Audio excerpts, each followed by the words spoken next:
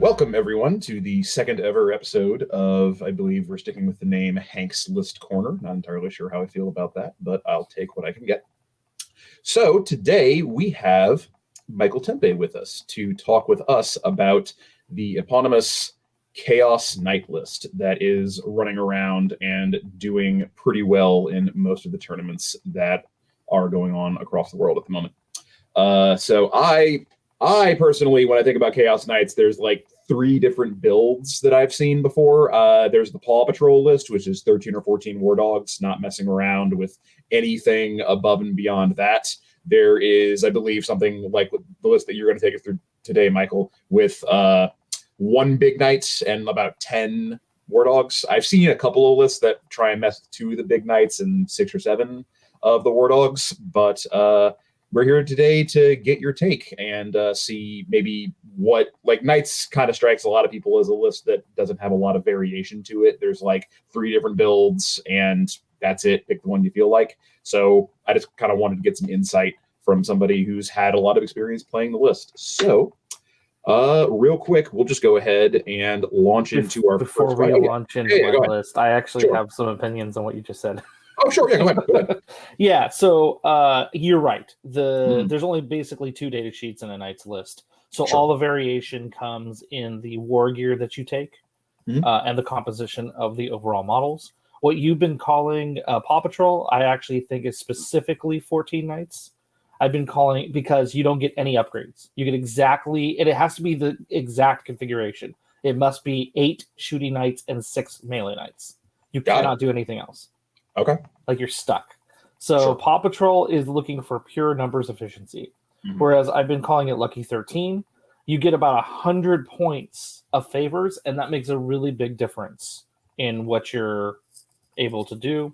And all the variations of what you've been talking about, I've been breaking them down as Big Knights / Little Knights. So it's 1, 10, or 11, which is looking for that efficiency curve again, right?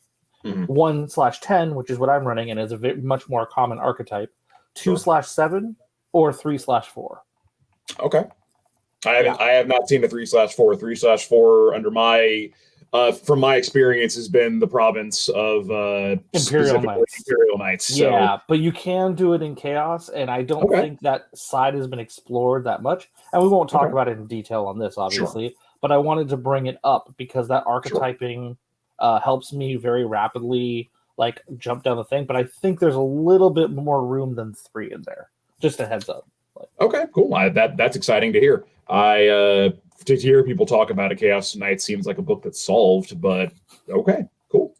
All right, well, let's just go into our first question from the basics list here in our early part. What is the list? Yeah, and before I talk about the list, there's something really, really important to talk about Chaos Knights that people who haven't played against them don't know. And this is what really separates the army from both Imperial Knights and other armies. And that's Dread. So the Dread table makes the army very unique. And you have, so for those who don't know, it's this chart that has 11 options on it. You don't get to pick in round 1 or round 5. You're stuck on those options. But for rounds 2, 3, and 4, the Chaos Knights player may move through this table and make selections based on your list composition and or the mission, right? And these effects are very, very impactful to the game. The big money ones are a Dread test is not a morale test. So things that auto pass morale do not get to auto pass Dread. It just uses the leadership characteristic, but it is explicitly called out that it is not a morale test. That's really important. So you can't auto pass it. So you got to roll your dice. Things like sit-apps and whatnot don't give you any protection. Don't help you a bit. And it's -1 to your leadership value if you're within Dread range. Dread range is usually within 12. It could be as high as 15. Okay. Actually, technically speaking, I think it'd be as high as 18 if you do something really weird, but usually think 12 and you're right? Sure. And that's important for this big money effect, which is pass a Dread test or have your charge. Yeah, that one I did know. Yeah, there's other ones such as -1 to be hit from shooting, -1 to be hit in melee. Those are later ones, but they are relevant. Turn off OBSEC. or double dread test against actions, which is very irritating. Like, imagine trying to banners and then having to pass a dread test, and then you succeed, and then you're still in dread range at the end, so you have to pass another dread test in the same turn. And if you fail either one, the action fails. Okay, so you said that there's a dread ability that allows you to turn off obsec. Is that tied to a failed dread test, or does it just happen? No, you just, or if you're in dread range, you don't have obsec. That's pretty terrifying, considering that all those war dogs are obsec 5 models. Correct, and the big one can be obsec with a warlord trait, but it's also worth 10 models, so it's quite interesting, right? Definitely. All right, we can talk about the list now. I think go ahead. Having that primer is important to know that there's a lot of like extra nuance in this army that's not available or not on the surface of the list, right? Oh, certainly. Like, it feels like lower leadership combat armies, like weirdly Tyranids and like orcs that have special mechanics to allow them to not suffer from morale as heavily, just seem to get a little bit messed up by dread tests. Okay. Cool. Yeah, and the whole middle table is just making dread tests more horrible. Like, extend your dread range 3 inches and take another -1 off their leadership. When people run, they fail automatically on 1s and 2s, and then you can... Yeah, it's just like really horrible stuff. All right. Okay, so yeah, go ahead and let's run through this list really quick. Okay, so looks like we have a Knight Desecrator with Warp Haunted Hull, Knight Diabolus, Arc Tyrant. He's a character. Only character in the list. Only character in the list. We've got a... He's undivided. He has the Blessings of the Dark Master. He has the Veil of Medrengard. Okay, so take me through some of these things. What is a Warp Haunted Hull? Well, we should talk about what a Diabolus is, because that's actually kind of a weird choice. All right, what is a Knight Diabolus? Most people would be taking a Rampager, which is the pure melee knight. Okay. That is a fist and a Reaper Chainsword. Sure. Very fast, very angry. The typical way of using that is people would put that in the line, roll that deep turn 1, try to get that turn 1, or at least turn 2, but hopefully turn 1 charge, and then fight. And then if it goes well, it's going well. If it goes wrong, it blows up, and then you use the auto-exploding strat to dump a bunch of mortal wounds in the middle of their arm. Sure. Okay. Right? I am not doing that. Okay. I am using the Desecrator. Desecrator is the exact same points as the Rampager Knight. It hits in melee reasonably in the same category. It has 1 less attack, but still hits on 2s. Sure. And you don't get both Claw and Chainsword. It has like a 2-shot high damage gun that if it helps, it helps. If it doesn't, whatever. It's the big las cannon, right? Yeah, okay. Sort of. Okay.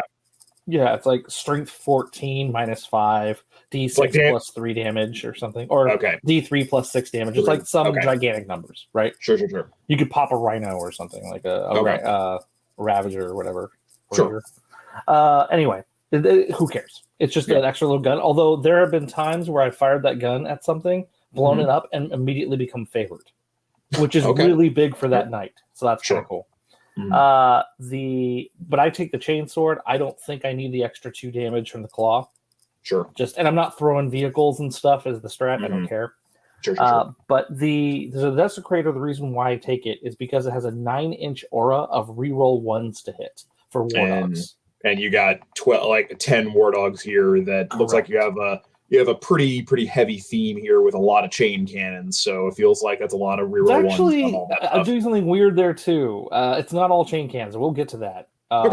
But yes, you are right. It is there to enhance the shooting and melee capabilities of those things. Sure. It's primarily a buffing knight. I'll talk about what each thing does. Now, the whole army minus 1 model is House Herpatrix. This is very common. It gives you access to a mortal wound strat, which is kind of neat. If you're in melee, you can spend 1 CP and do some mortal wounds to stuff nearby. Coming off of that knight in its gigantic base, that can be very useful. It's like on a 2 through 5, take a mortal wound. On a 6, take D3 to units nearby. Kind of nice. Yeah. And it only costs 1.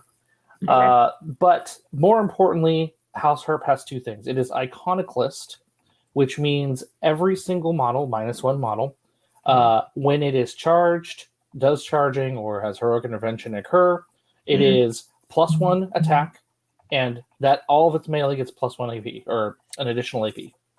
AP, extra AP in a world of Armor of Contempt is super important. And we'll talk about some of my choices that I made are a little weird in this list Sure. to lean into that. But Okay. but we're talking about the big one. So the big one does two things that are important in its traits. We have Warp Haunted Hull. So it's probably going to be the most forward model the first turn, maybe turn 2, 2 turns of the game, right? Okay. Warp Haunted Hull does two things. One, it is a Psychic Deny. Mm-hmm. Kind of nice if you turn off a Mental Interrogation, a Warp Ritual, a Smite, whatever. But it also has a 5-up Feel No Pain against mortal wounds. That's really big. And you want it eating the mortal wounds. It's big, it can cover a lot, and it is designed to do that. The Diabolus is +1 attack, which now gives it the exact same amount of attacks as that Rampager I talked about. Sure. So it's on 2s. And lets it reroll its own 1s in melee. Oh, okay. Which is kind of fun. That's fancy. Yeah, it's nice. Then I forgot to say the House Herpetrax gives the Big Knight +4 wounds and gives all the other ones +2 wounds.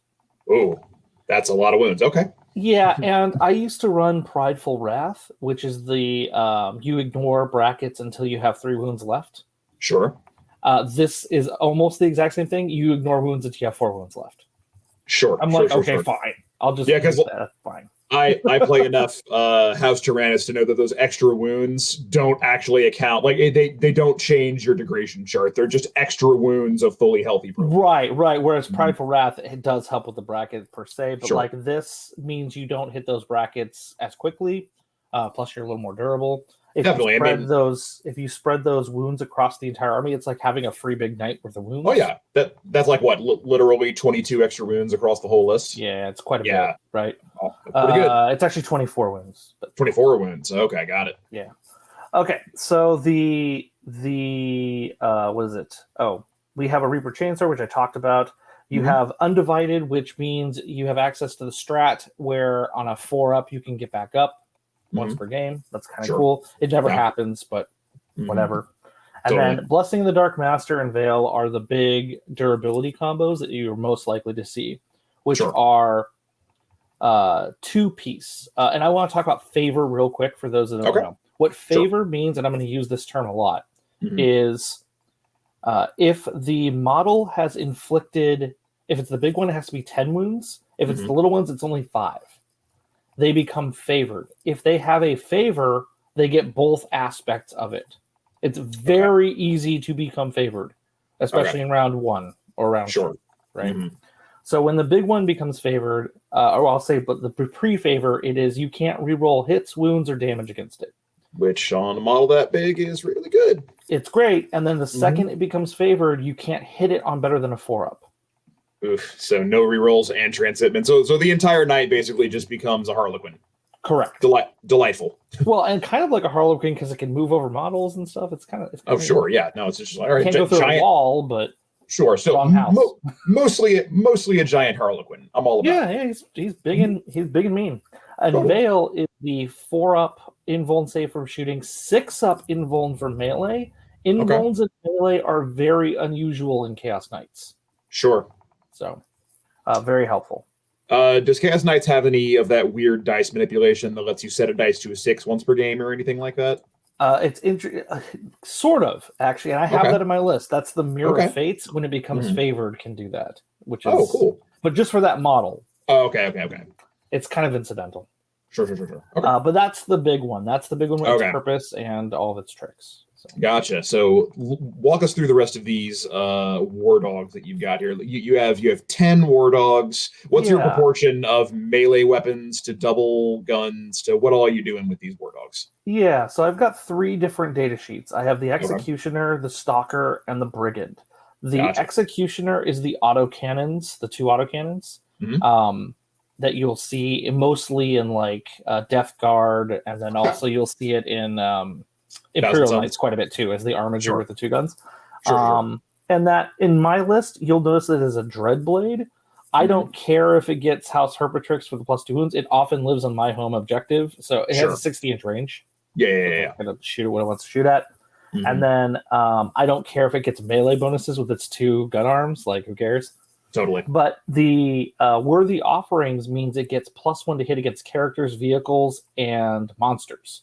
Yep, that's really good. Yeah, as it turns out. And Mhm. there is also a strat that stacks with the anti-aircraft for things like harpies, which you might see Ooh, now, sure. Okay. which means you can still hit it on twos. Hitting anything in the game on twos is really, really good. And With aircraft, strength 7 -2, flat 3 damage. I mean, yep, that'll knock a harpy out of the sky pretty quick. Yeah, if I see a harpy, I typically kill it in round 1 without too much difficulty. No, totally. And like it's strength 7, harpies are toughness 7, so even if they transhuman, you're already only wounding it on 4s. Yeah, no, You don't lose out on that, yeah. I like that little tech piece. Yeah, and it's just one of them. It just chills back there, does that. It does have the Mirror Fates, which when you spend a command point, so per command point, per round, on a 5-up, I regen, get a command point. Nice. CPU. When it becomes favored, it can change a die roll to a 6.